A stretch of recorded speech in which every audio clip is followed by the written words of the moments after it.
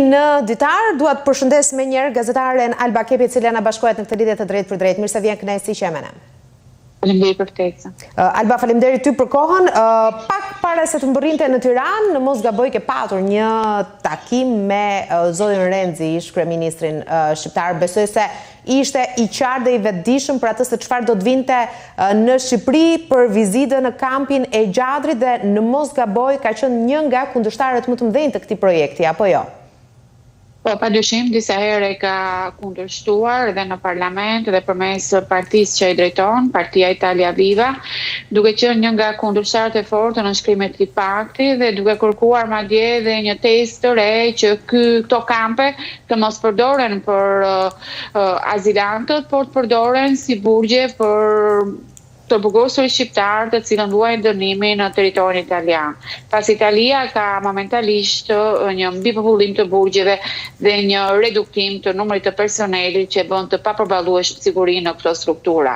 Madje Renzi dje gjatë vizitës në Gjadër, besoj se ju si redaksi e keni përcjellë, ka shkuar dhe më tej duke thënë se këto dy kampe dhe ky pakt mund të rrezikojë dhe mund të vonojë rrugtimin e Shqipërisë në Bashkimin Evropian, duke konsideruar se ky pakt është në shkeljet plotë dhe me inovativën europiane dhe se si do të jetë jetëgjatësia e tyre apo si do të evoluojnë ngjarjet brenda këtyre kampeve, padyshim do të krijojnë pengesa në atë që është fokusi i Shqipërisë për rrugtimin në Bashkimin Evropian. Renzi ka qenë ndër të parët që ka kundërshtuar këtë ide, apo jo, që më pas u shndërruar në projekt, në marrëveshje dhe vizita e tij në Shqipëri vjen pas vendimit të gjykatës italiane që i dha të drejtë qeverisë së Giorgia Melonit. Me thënë, ka më sens kundërshtimi tani? Jo, vizita e tij vjen në një moment mjaft të rëndësishëm, të një debati mjaft fort që është aktualisht në Itali. Pasi ka qenë një deklaratë e ministrit të Brendshëm, Matteo Piantedosi, i cili ka thënë se ndoshta kampet në Shëngjin dhe në Gjadër mund të shndërrohen në qendra qipiere, që janë qendra për qëndrimin e emigrantëve për riadhesim. Do me thënë, për dëbim. Janë qendra ku do të strehohen të gjithë ata emigrantë që janë dëbuar apo kanë marrë urdhër dëbimi nga Italia si persona të konsideruar me risk të lartë për sigurinë dhe rendin. Dhe flas për ata persona të cilët janë të skeduar për vepra të rënda penale, persona të lidhur ato të dyshuar me terrorizmin ndërkombëtar, me terrorizmin fetar, me terrorizmin nacionalist të vendeve të ndryshme, janë persona të cilët konsiderohen se mund të jenë apo mund të sjellin një mos funksionim apo një shkatrim apo një problem të madh për rendin dhe sigurinë në territorin italian. Dhe vizita e Renzit ka ardhur pikërisht në këtë momente, pasi zërat mediatik edhe të lidhura dhe me deklaratën e ministrit të Brendshëm Piantedosi thonë se në tavolinën e qeverisë Meloni, ekspertët legjislativ të saj kanë gati një draft të ri ligjor që quhet Albania, pra Shqipëria.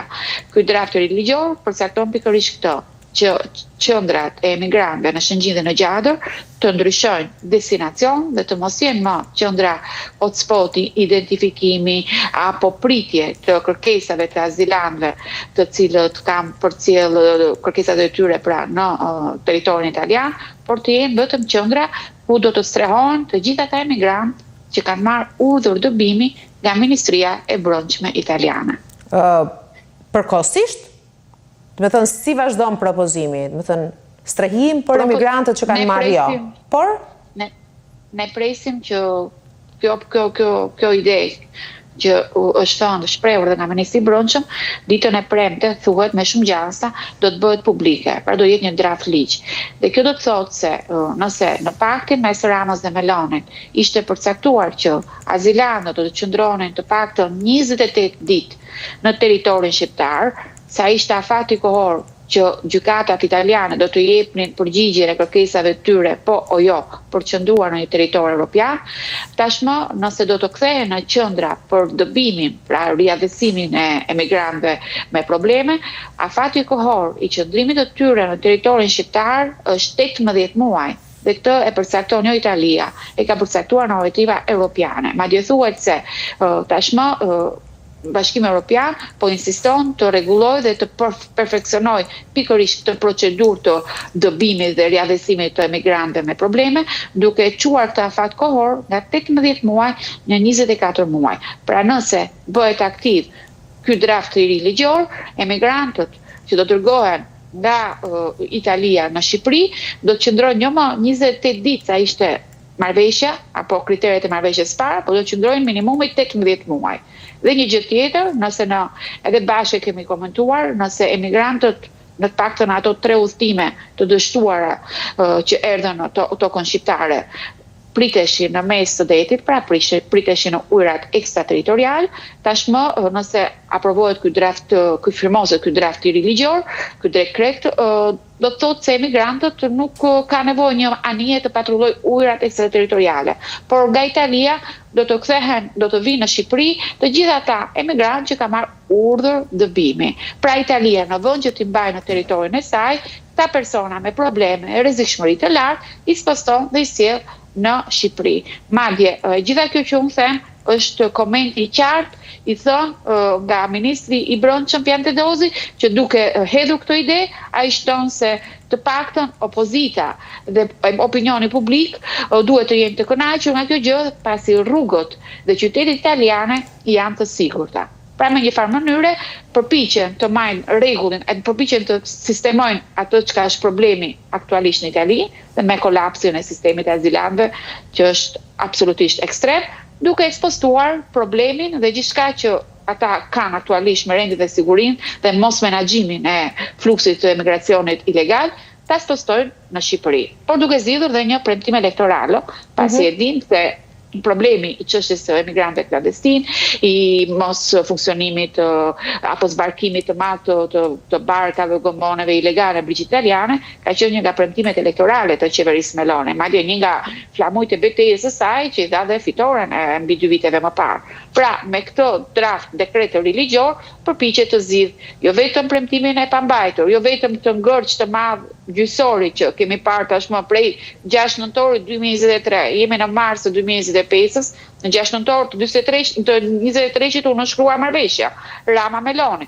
Jemi në mars të 2025, 2 kampe të cilët nuk funksionojnë, para publike italiane, pra të shtetit italian, të hedhura dhe të mos vëna në funksionim, janë operative, kritika të forta, debate të forta, një çështje që ka shkuar deri në gjykatën europiane dhe presim një vendim.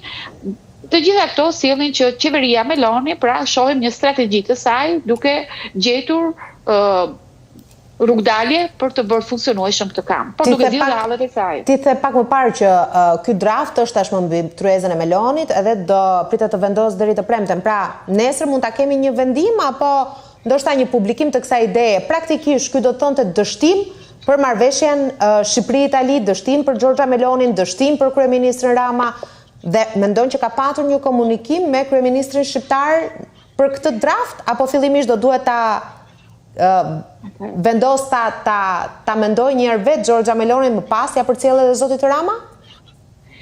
Atëherë, së pari, unë në këndvështrimin tim profesional them se një modifikim i tillë i një drafti padyshim kërkon një koment apo kërkon një diskutim apo kërkon dhe një miratim, një aprovim nga ana e qeverisë shqiptare, pasi është një marrëveshje e cila u nënshkruar në nëntor 2023 me këto kritere dhe këto kushte, ku u dakordsuan 2 qeverit. Nëse ti ndryshon destinacionin e këtyre 2 qendrave, edhe pse tashmë e ke në jurisdiksionin tënd, ti padyshim mendoj se duhet të dakordsohesh me qeverinë shqiptare.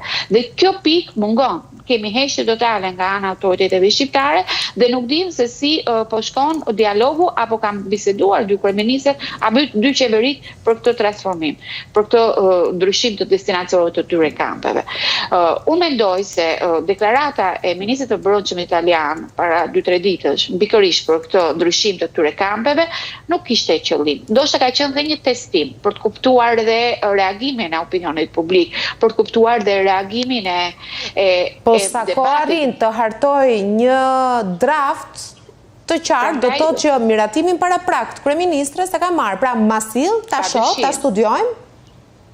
Padyshim. Edhe derisa burimet e mediave mjaft të rëndësishme italiane thonë se brenda ditës së premte do të ketë ky draft do të firmoset, padyshim që jemi me flasim me baza, nuk është një ide utopike apo hedhur kështu në ajër.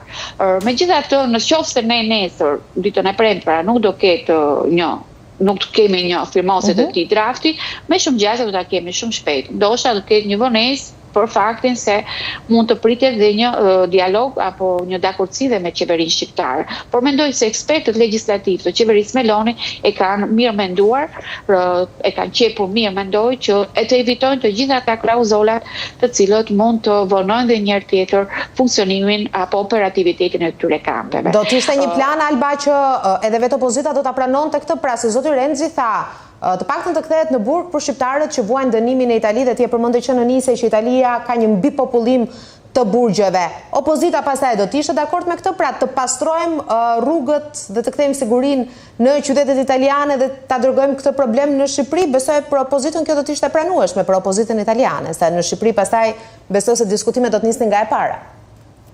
Unë mendoj se jo, ato të vijojnë debatin apo të gjithë ato që është betejë atyre opozitare, pasi kujtojmë se opozita italiane është një opozitë e majtë, e cila gjithmonë në rresht të parë sa i takon të drejtave dhe lirive të emigrantëve, i kanë gjithmonë në pikat e politikës së tyre, dhe padyshim që një ndryshim i tillë dhe instalacioni të kampeve do të jetë akoma më e fortë betejë e tyre. Pasi ato nuk e lidhin vetëm me faktin e argjimit të madh të parave publike italiane për ndërtimin e dy kampeve në një territor jo italian, pra në një territor të huaj, por e lidhen dhe me faktin se këto kampe nuk respektojnë liritë dhe të drejtat e qenieve njerëzore. Dhe kjo kundërshtie e tyre vijon edhe në territorin italian. Pasi edhe në territorin italian ndodhen qendra qipiere, pra qendra të qëndrimit të emigrantëve për dënbim, dhe gjithmonë janë konsideruar nga të gjitha forcat opozitare të së majtës si struktura burgimi të ngjashme me Guantanamon. Pra, mendoj se debati do të vijojë të jetë i fortë. Por duhet të thonë dhe dy gjëra të rëndësishme që të kujtojmë. Ne e kemi komentuar dhe bashkë në ftesën që më ke bërë herë të tjera, që presim një vendim të Gjykatës Europiane në mars të 2025-s. U vonua, u shtyr në prill, dhe me shumë gjasa do të shtyhet në maj. Kjo do të thotë se kemi një shtyrie dhe 3 muaj kohë për të kuptuar nëse pakti Rama-Meloni respekton normativën europiane. Ndërkohë që debati pikërisht mbi këto dy kampe në territorin italian është mjaft i fortë. Politika dhe parlamenti italian është mjaft i fortë. Dhe pikërisht ky draft i ligjor eviton dhe këtë vonesë, pra sjell një destinacion të ri të këtyre kampeve për të përmbushur mund dhe ambicjet e kësaj qeverie, ambicjet e qeverisë Meloni. Pasi Meloni dhe idenë e këtyre kampeve, pra spostimin e çështjes së emigracionit ilegal në vende të treta jo anëtare të BE-s, e ka marrë si një çështje inovative të veten, duke u shfaqur brenda Bashkimit Evropian dhe brenda vendeve anëtare si një risi jo e praktikuar më parë dhe mbështetur nga 14 o 15 vende anëtare të BE-s. Kjo do të thotë se ajo në farë mënyrë përmbush jo vetëm ambicien politike në nivel kombëtar, por dhe ambicien e saj në nivel evropian.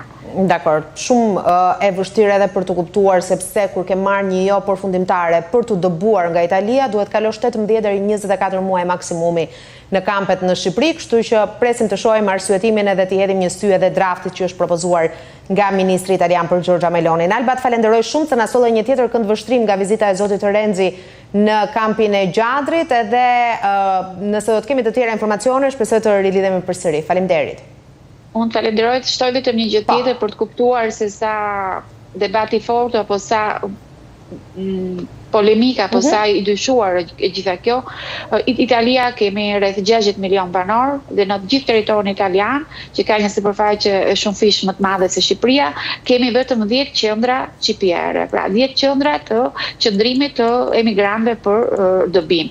Ndërsa Shqipëria as 2 milion banor apo 2 milion pak banor, si që thonë Istat. Edhe me një territor shumë më të vogël se Italia, por përgatitemi të kemi 2 qendra qipiere, pra 2 qendra problematike.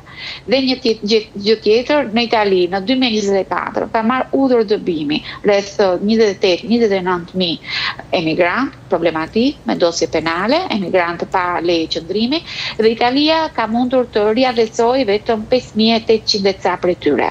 Do të thotë se ka një deficit mjaft të lartë të personave të cilët nuk arrin të riadhecojnë për koston e lartë, edhe për momentin sepse shumë prej tyre dhe zhduken, largohen nga këto QPR-e. Prandaj them se dhe debati në Shqipëri duhet të jetë shumë i fortë, pasi po kemi një ndryshim të administracionit, në dy qendra do sillin problemet madhore dhe për persona të cilët konsiderohen themerisë për sigurinë dhe rendin publik. E kuptoj, e qartë edhe do të jetë vërtet panik për qytetarët se ne menduam afatin maksimal që ishte një muaj qëndrimi, imagjino pastaj deri në 24 muaj se çfarë ndodhe për më tepër kur përballemi me persona me rrezikshmëri apo me problematika të ndryshme, me dosje penale, siç ti them. Edhe një herë faleminderit shumë Albash, shpresoj që të mund ta rikthejmë si çështje edhe në vazhdim. Faleminderit.